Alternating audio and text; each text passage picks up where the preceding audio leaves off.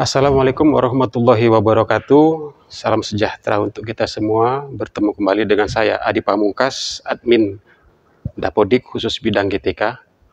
Pada kesempatan kali ini saya ingin membahas beberapa hal atau permasalahan yang sering timbul akibat data Bapak Ibu guru yang tidak valid pada info GTK. Sebelumnya, jangan lupa untuk subscribe, share, like, dan komen. Yuk, kita bahas di ruangan. Halo Bapak Ibu Guru, selamat datang kembali. Sekarang saya berada di ruangan ULT. Bagi Bapak Ibu Guru yang sering ke Dinas Pendidikan Kota Palembang, mungkin terbiasa, mungkin tahu kondisi ruangan ini dan fungsi ruangan ini apa. Disinilah tim Dapodik Kota Palembang bertugas dan bekerja dan menerima setiap konsultasi terkait data Dapodik Kota Palembang. Jadi sekarang saya berada di subbagian TK PAUD Dikmas, dan ini mungkin Bapak Ibu paham ini tempatnya Bu Walia. Kenapa saya di sini? Karena ke depan itu pembahasan tentang PAUD Dikmas itu lebih menarik. Oke, langsung saja Bapak Ibu, kita akan bahas tentang terkait kenapa sih data-data di info GTK tidak valid.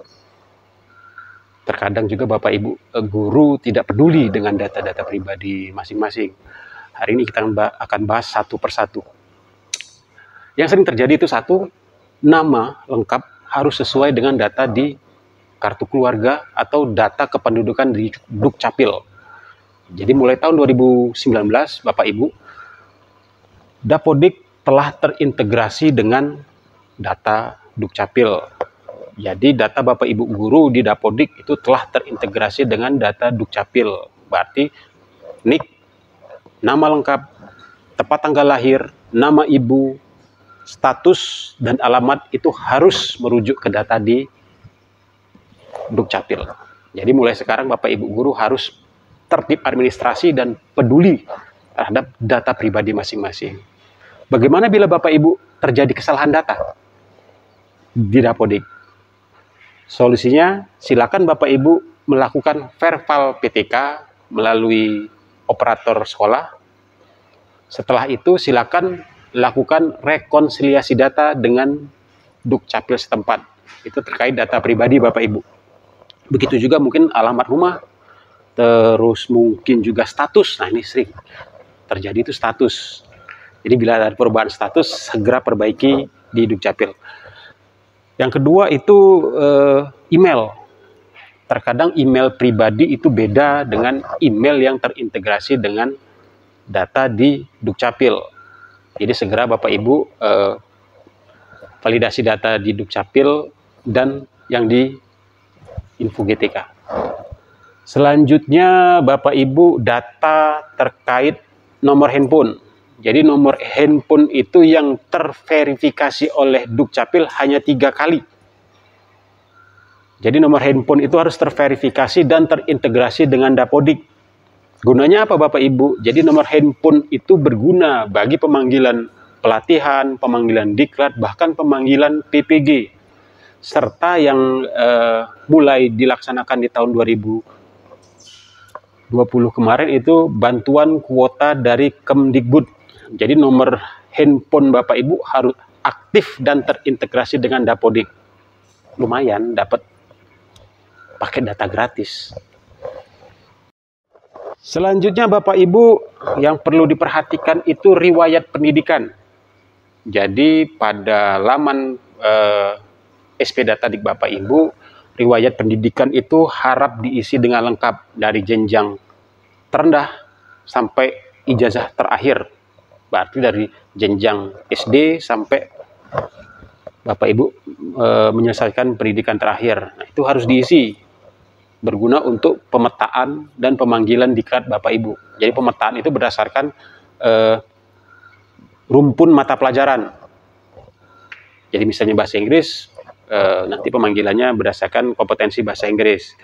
Selanjutnya bagi Bapak Ibu guru TK, SD, SMP, baik negeri maupun swasta, itu yang telah memiliki ijazah S1 wajib untuk melakukan verbal ijazah pada laman Info GTK. Jadi bagi Bapak Ibu guru yang telah memiliki ijazah S1 wajib untuk melakukan verbal ijazah pada laman Info GTK. Berguna bagi pemanggilan diklat, pemanggilan pelatihan, bahkan PPG. Pak, bagaimana Pak? Saya telah S1 nih sebelumnya. Saya melanjutkan S1 yang lainnya. Perlu Bapak Ibu ketahui, verbal ijazah itu hanya dilakukan 1 kali dan bisa dilakukan di verbal Info GTK. Apabila Bapak Ibu telah memiliki 2 sertifikat atau 2 ijazah, itu hanya bisa penambahan ijazah selanjutnya di SP Datadik. Jadi hanya melakukan penambahan. Jadi verbal itu hanya 1 kali bagi yang memiliki ijazah S1 yang pertama. Ya Bapak Ibu, jadi verbal ijazah itu hanya dilakukan bagi yang memiliki ijazah S1 yang pertama kali. Untuk yang kedua, ketiga itu tinggal penambahan riwayat pendidikan. Selanjutnya bagi guru yang menambah jam mengajar di luar itu ada beberapa ketentuan. 1, sekolah induk itu wajib memverifikasi data Bapak Ibu, bukan sekolah non-induk. Selanjutnya email sekolah induk itu harus sama dengan email di sekolah non-induk. Selanjutnya jam mengajar di luar non-induk hanya bisa diakomodir oleh Dapodik sebanyak 6 jam. Itu berdasarkan peraturan Menteri Pendidikan dan Kebudayaan nomor 15 tahun 2018 tentang beban kerja guru, kepala sekolah, dan pengawas. Jadi bagi Bapak Ibu guru yang belum memahami atau kurang jelas tentang ketentuan jam mengajar, silakan baca peraturan tersebut. Oke? Oke Bapak Ibu, selanjutnya pembahasan data Bapak Ibu guru kenapa tidak valid pada laman Info GTK. Sebelumnya saya berada di studio dari OPS Palembang. Mungkin sebentar lagi akan launching. Kita tunggu saja. Oke Bapak Ibu, pembahasan selanjutnya yaitu berupa riwayat kerja atau pengalaman kerja Bapak Ibu yang harus diisi pada SP Datadik. Jadi bila Bapak Ibu guru itu guru tetap yayasan, maka Bapak Ibu harus mengisi pengalaman kerja dari mulai sebagai guru tidak tetap yayasan hingga guru tetap yayasan. Jadi itu harus runut dari tahun berapa sampai tahun berapa hingga Bapak Ibu guru ditetapkan oleh SK Yayasan sebagai guru atau pegawai tetap yayasan. Selanjutnya bagi Bapak Ibu guru pegawai negeri sipil itu harus input data sejak Bapak Ibu guru sebagai CPNS hingga pangkat golongan terakhir. Jadi itu harus runut Bapak Ibu. Harus teratur dan beraturan. Jadi SK CPNS hingga SK PNS pangkat terakhir. Mungkin itu untuk data pengalaman kerja. Selanjutnya Bapak Ibu itu data Bapak Ibu guru tidak valid pada Info GTK karena keaktifan pada penugasan itu tidak diceklis atau dicentang. Jadi seperti ini, pada laman Dapodik itu ada bagian GTK, GTK dan guru. Nah Bapak Ibu silakan pilih data guru, klik nama Bapak Ibu, nanti di situ tampil keaktifan. Jadi keaktifan itu harus diceklis atau dicentang sesuai dengan semester atau bulan berjalan. Seperti sekarang misalnya dari Juli sampai Desember. Jadi harus diceklis itu bulan Juli sampai Desember. Begitu juga untuk semester selanjutnya. Jadi bulan Januari sampai bulan Juni itu harus diceklis. Itu sebagai bentuk keaktifan Bapak Ibu di Dapodik sesuai semester berjalan. Selanjutnya Bapak Ibu perlu diketahui bagi kepala TK negeri ataupun swasta, mulai tahun 2021 ini Bapak Ibu diberi kewenangan dan juga diberi kewajiban lebih dari kementerian untuk pengusulan NISN bagi siswa baru. Jadi kalau dulu mungkin di Dapodik tahun-tahun sebelumnya itu pengusulan NISN itu melalui jenjang SD, mulai tahun 2021 ini pengusulan NISN itu bagi anak-anak mulai jenjang TK. Jadi bagi Bapak Ibu guru selaku pengelola TK harap untuk segera mengusulkan NISN bagi siswanya. Karena NISN ini Bapak Ibu berlaku dari jenjang TK sampai anak tersebut kuliah, melanjutkan jenjang yang lebih tinggi.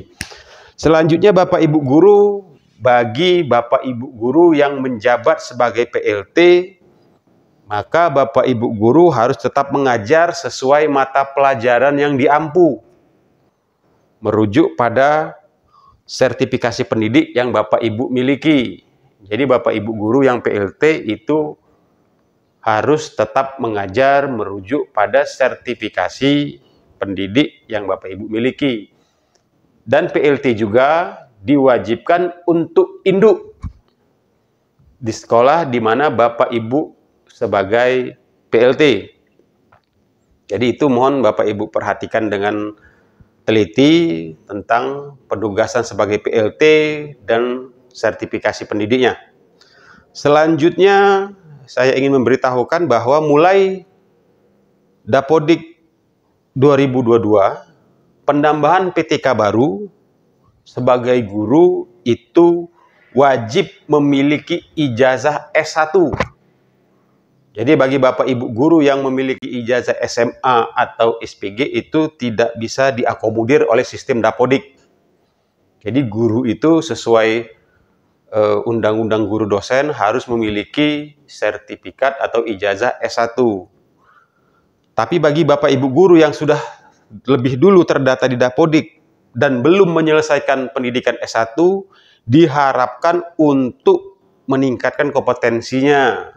Dengan kata lain, diharuskan untuk kuliah lagi, agar tidak terjadi permasalahan pendataan di Dapodik Bapak Ibu dan di sekolah masing-masing. Selanjutnya yang perlu diperhatikan bagi Bapak Ibu kepala sekolah, baik jenjang TK, SD, dan SMP negeri swasta, apabila terjadi data guru atau pegawai yang hilang, segera lapor ke Dinas Pendidikan Kabupaten atau Kota setempat, agar bisa dilaporkan ke Pusdatin dan Kemdikbud. Data Bapak Ibu guru yang hilang di Dapodik itu terjadi karena cleansing system. Jadi biasanya di tiap peralihan semester data itu direstart ulang. Dan ini terjadi bukan karena kesalahan dari Dinas Pendidikan Kabupaten Kota, tetapi dari sistem Dapodik yang membersihkan data tersebut. Segera Bapak Ibu ngelapor, akan segera kita bantu untuk dilaporkan pada kementerian. Selanjutnya yang perlu diperhatikan bagi Bapak Ibu guru juga pengelola sekolah yayasan, bahwa mulai tahun 2019 penambahan PTK baru bagi sekolah naungan yayasan dari jenjang SD sampai SMK, penambahan PTK baru itu harus melalui operator yayasan. Dan yayasan pendidikan tersebut harus sudah diverifikasi atau istilahnya verval yayasan melalui sistem Dapodik. Jadi bagi Bapak Ibu guru, penambahan PTK baru melalui sekolah yayasan itu harus melalui verifikasi yayasan dulu. Hasil verval yayasan inilah yang akan ada konsensusnya memiliki operator yayasan. Jadi penambahan PTK baru dari jenjang mungkin dari petugas kebersihan, OB, hingga jenjang level kepala sekolah itu wajib melalui operator yayasan. Fungsi dinas hanya menyetujui usulan tersebut. Jadi usulan tadi di-scan dan dimasukkan ke dalam verval PTK. Mungkin itu saja sedikit tambahan dan informasi dari saya. Apabila ada hal-hal yang mungkin belum termaktub di sini, mungkin nanti kita bisa sharing bareng, kita tambahkan, nanti kita diskusikan sama-sama bagaimana pemecahannya. Jangan lupa untuk selalu nonton channel ini, subscribe, like, share, dan komen. Terima kasih. Wassalamualaikum warahmatullahi wabarakatuh.